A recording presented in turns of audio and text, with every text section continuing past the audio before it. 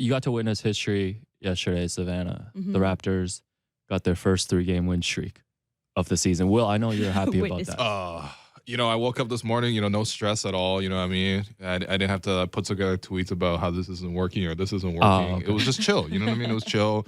I knew that, Savannah's gonna come in the studio and we could just chat about the game. I knew that obviously Friday you like to run point, right? So, the rundown was gonna be full. Like I really woke up with no worries at all. You weren't sure about that last You know one, what I but Yeah, well, that's fine. I came in, watched some tape, and I looked at it, and I was like, damn, the ball movement was really strong. Back-to-back games with 30-plus assists. Only the 5th time this season the Raptors have had 30-plus assists, so the fact that it happened back-to-back is a rarity.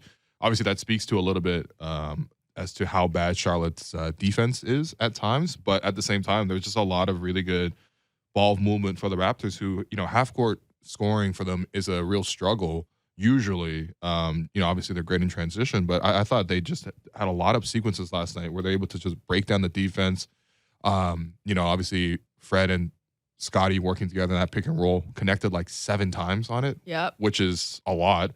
And then you also had a lot of Scottie, initiating action at the top of the floor. And I saw someone on Twitter post this, and I don't know their name because they don't really have their name on the account.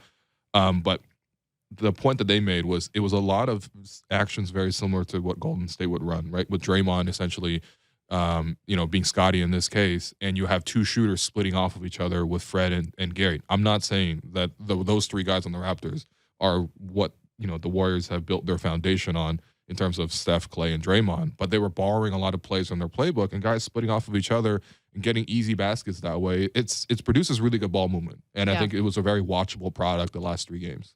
It's a very watchable product for sure. I mean, you said it right there. I think it was the passing that really stood out to me as well. Like the past 2 games, let's hope it's not a rarity, but a trend. There seems to be a lot of on-court chemistry kind of happening right now. And like you mentioned, like between like Scottie and Fred, and then you see them playing off of even Pascal and different dynamics as well. Like, and that makes Pascal's role a lot easier because he's not worried about carrying the weight of the offense, and he's finding there's other guys are getting open. Other guys are getting passes in the right spots that they're supposed to be. I asked Pascal last night, right, about how key was it for Scottie to be a playmaker in this game. And when Scottie is being aggressive, but also knowing that he doesn't have to force himself to do certain things, that's when he's most effective. Like he is getting his teammates the ball where they want it in the pocket. And a lot of those passes from the previous night, the 32 assist night, came from Scottie straight to 3 points. 3-point open 3-point shots. Like, as OG had he had ton, was it 6 3-point shots. Like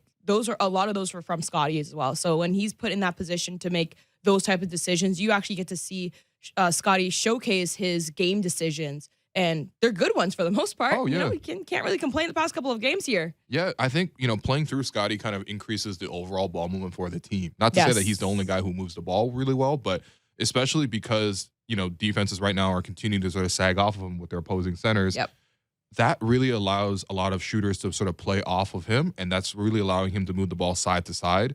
But what we saw yesterday as well was that he was able to go not just east-west and moving it to different shooters, but also going downhill north-south, right? And a lot of that was, him setting screens for Fred, and then the 2 of them making a good play. Obviously, the Hornets last night decided, for some strange reason, I guess, but it was like, okay, we're going to really step up against Fred all the time, right? We're going to really show 2 and bring our center out to the 3-point line. That creates a big pocket for Scottie to then roll hard and get plays on the move. And he made 7, I think, baskets directly off of Fred's assists. One of them was like a transition hit ahead, but 6 of those were rolling to the basket. And that really allowed sort of Scottie to be involved in the offense in terms of the scoring. But Scottie was involved in the offense in terms of obviously the 9 assists.